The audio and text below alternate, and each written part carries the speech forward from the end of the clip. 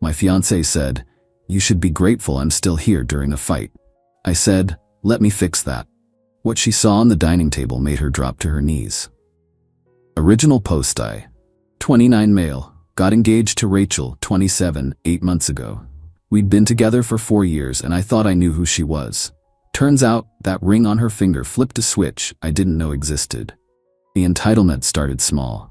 Comments about how her friends' fiancés did more, bought better gifts, planned elaborate date nights every week. I work in IT support, decent money, not tech bro wealth. Never bothered her before the engagement. Things escalated last month. I'd been pulling overtime to save for the wedding she wanted.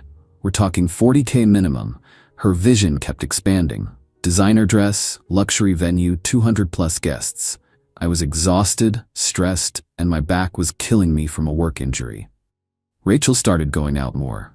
Girls' nights that ended at 3 a.m. New clothes appearing that cost more than our monthly grocery budget. When I mentioned our wedding savings were getting hit, she'd say, "Babe, I need to look good. I'm taken now, but that doesn't mean I should let myself go." Last Friday was the breaking point. I'd worked a 12-hour shift covering for a sick colleague.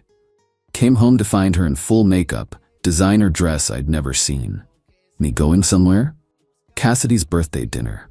Told you yesterday. You didn't tell me anything. I would have remembered. Not my fault you don't listen. Anyway, I need $200 for my share of the gift and dinner. We just paid the venue deposit. We're tight until my next paycheck. That's when she said it. The words that changed everything. "God, you're pathetic. Do you know how many guys would kill to be with me? You should be grateful I'm still here instead of with someone who can actually provide." I stared at her. 4 years, living together for 2. And this is what she thought? Me, "You're right, let me fix that." Finally, "So you'll give me the money?" Me, "No, I meant I'll fix you still being here." Went to our home office, printed out some documents I'd been putting together, laid them on the dining table, grabbed my keys. "Me, I'm going to stay at my brother's tonight. We'll talk tomorrow." "Are you seriously leaving because I asked for money? Real mature, Nathan." I left. Phone started blowing up before I even reached my car. 20 missed calls, 47 texts, all variations of "What is this?" and "You can't be serious." What she found on the table: bank statements showing I'd paid 78% of our shared expenses for 2 years, receipts for the engagement ring, which cost 3 months of my salary, a spreadsheet of wedding expenses I'd already covered solo, the venue cancellation form, filled out but not submitted, my grandmother's ring, the real engagement ring I'd planned to give her before she insisted on a real diamond. A note: "You're right. You deserve someone who can provide better. I'm setting you free to find them." My brother Marcus opened the door, took one look at my face and grabbed 2 beers. "Marcus, she finally showed her true colors?" Me, "How'd you know?" "Dude, she complained about the engagement ring at your own engagement party. We all knew." Guess I was the last to see it. Update 1, 2 days later, the entitlement went nuclear. Saturday morning, woke up to her car in Marcus's driveway. She was sleeping in it. Looked like she'd been there all night. "Marcus, you're just here." Knocked on her window. She jolted awake, makeup smeared, wearing the same dress. "Rachel, Nathan, thank God, we need to talk." "We really don't. You can't just end things. We have a wedding planned. I have a dress ordered. What will people think?" "That's your main concern? What people think?" I picked out save the dates. My cousin's already booked flights. Good thing I filled out that cancellation form. She followed us inside uninvited. Marcus's girlfriend Priya was making breakfast. "Rachel, heard you think Nathan should be grateful you're still here." "That's not." I was emotional. "Nathan knows I didn't mean it." "Which part didn't you mean? That I'm pathetic? That you could do better? That I should be grateful?" "You're twisting my words." "I'm literally quoting you." Then came the tears, but not normal tears. These were strategic tears. The kind that stopped when she thought no one was looking. "Baby, please, you can't throw away 4 years over one fight." "I'm not. I'm throwing it away over finally seeing who you really are." "This is about money, isn't it? Fine, I'll contribute more to the wedding." There is no wedding. That's when she switched tactics, pulled out her phone. "If you don't talk to me, I'm calling your mom." Go ahead, she never liked you anyway. Rachel actually called my mom, on speaker. Rachel? It's 8 a.m. on a Saturday. Nathan's having some kind of breakdown. He canceled our wedding. Good, about time. Nathan, you there? Hi, Mom. Proud of you, honey. Marcus, make sure he eats something. Rachel, lose my number. Rachel's face was priceless, but she wasn't done. Started rapid fire calling her support system. Her sister Vanessa, her mom, her best friend Jojo, all on speaker, trying to shame me. Vanessa, Nathan, what's this about? Rachel's hysterical. Me ask her what she said to me last night. Rachel, I said I needed money for Cassidy's birthday. And that's it. Cool. So you don't remember telling me I should be grateful you're still here? That you could do better? Vanessa, you said what? Even her sister was shocked. Rachel hung up quick. Update 2. 1 week later. The extinction burst was something else. Monday, Rachel realized I was serious. The venue called her to confirm the cancellation. That's when she went full psycho. First, she tried to get into my apartment. I'd already changed the locks. Learned from reading too many Reddit posts. Heard from my neighbor she stood outside for 2 hours, trying her tea and crying. Then came the social media assault. Posted our engagement photos with captions like, "Some men can't handle a strong woman who knows her worth," and dodged a bullet. Imagine marrying someone who gives up at the first challenge. Her friends piled on, comments about toxic masculinity and men who can't communicate. Until I posted my own update. Since we're sharing, here's what my ex meant by knowing her worth. Telling me I should be grateful she stays with someone as pathetic as me. I agreed. She deserves someone who meets her standards. I'm not stopping her from finding them. Attach the spreadsheet of expenses. Public record of who actually funded this relationship. The comments shifted real quick. Tuesday, she showed up at my work, full tears, holding a sign that said, "I'm sorry," with our photos. Security called me. "Mr. Chen, there's a woman in the lobby." Me, I don't know her. Please have her removed. Watched on security feeds as they escorted her out. She left the sign. They threw it in the trash. Wednesday, got a call from the wedding dress shop. "Mr. Chen, your fiancée is here trying to pick up her dress, but the card was declined." Me, not my fiancée, and I canceled that card after removing myself as the guarantor. She's saying you're obligated to pay since you proposed? I'm obligated to nothing.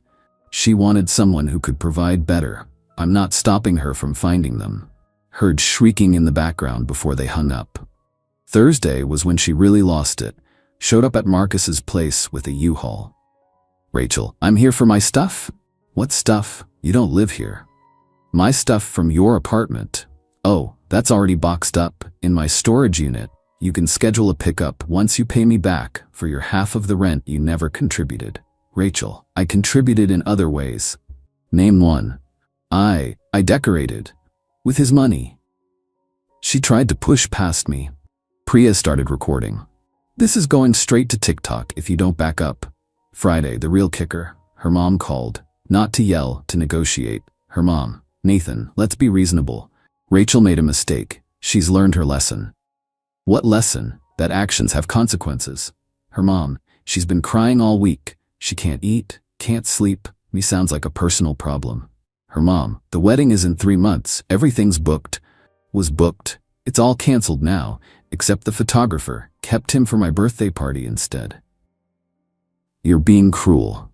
Me, no. Cruel is telling someone they should be grateful you tolerate them. I'm being logical. She said that in anger. And I responded in clarity. Update 3. 2 weeks later, Rachel went scorched earth. Started telling people I was abusive. That I'd financially controlled her. That canceling the wedding was my way of punishing her for standing up for herself. Problem was, she'd been bragging about our finances for years. Posted constantly about the gifts I bought, the trips I paid for, how I spoiled her. Hard to claim financial abuse when your Instagram is full of you spending your victim's money. Her friend Jojo actually reached out privately. "Hey, I'm sorry. I believed her at first, but then I remembered all the times she bragged about how you paid for everything. That's not abuse, that's just her using you." Me, "Thanks for seeing it." She's telling people you're keeping her stuff hostage. It's in storage. She can have it when she pays her half of the rent. How much does she owe? $8,400. I have receipts. Holy she never paid rent? Me never. Always had an excuse. That information somehow made it back to Rachel's friend group. The narrative started cracking, but Rachel doubled down, filed a police report claiming I stole her belongings. Officer showed up at my door. Officer, sir, we received a complaint about stolen property. Here's the lease showing only my name, receipts showing I paid for everything in the apartment, and texts where she admits she never contributed to rent. Her belongings are in a storage unit. She can retrieve them after settling her debts. This is a civil matter. Ma'am was quite insistent it was theft. She's quite insistent about a lot of things that aren't true. Officer left. But Rachel wasn't done. She created a fake dating profile using my photos. Bio said I was looking for a woman who knows her place and other garbage. Screen grabbed it and sent to my lawyer. Yes, I got one. Cease and desist letter sent. Profile came down, but damage was done. Had to do damage control with my actual dating profiles. Then came the final play. She showed up one last time, but not angry. She came broken. Showed up at my apartment at 11 p.m. No makeup, messy hair, pajamas. The vulnerable look. Rachel, Nathan, please, I just need 5 minutes. Didn't open the door. Talk through it? No. I know I messed up. I've been going to therapy. Good for you. I realize now what I had, what I lost. You were the best thing in my life. Past tense is correct. Don't you miss us at all? 4 years, Nathan? Doesn't that mean anything? It means I wasted 4 years on someone who thought I should be grateful for the privilege. Thanks for the reminder. I'll do anything. Therapy, couples counseling, I'll pay you back. Pay me back? Now you're talking. $8,400 plus the wedding deposits I lost. $11,600 total. Cash or certified check only. Silence. You know I don't have that. Then we have nothing to discuss. You're really going to throw us away over money? You threw us away when you told me to be grateful. You tolerated my pathetic self. I just took out the trash. Heard her slide down the door crying. Real tears this time. I loved you. No, you loved what I did for you. There's a difference. She left after an hour. Haven't heard from her since. Final update. 1 month later. Rachel's living with her parents now. Cassidy, remember the birthday that started this, reached out to apologize. Turns out there was no birthday dinner. Rachel had made plans with some guy from her gym and used Cassidy as cover. Cassidy, I had no idea she was using me as an alibi. I'm so sorry. Me, not your fault. Thanks for telling me. There's more. That fight you had? She'd been telling people for weeks she was settling for you, that she could upgrade after the wedding. After the wedding? Yeah.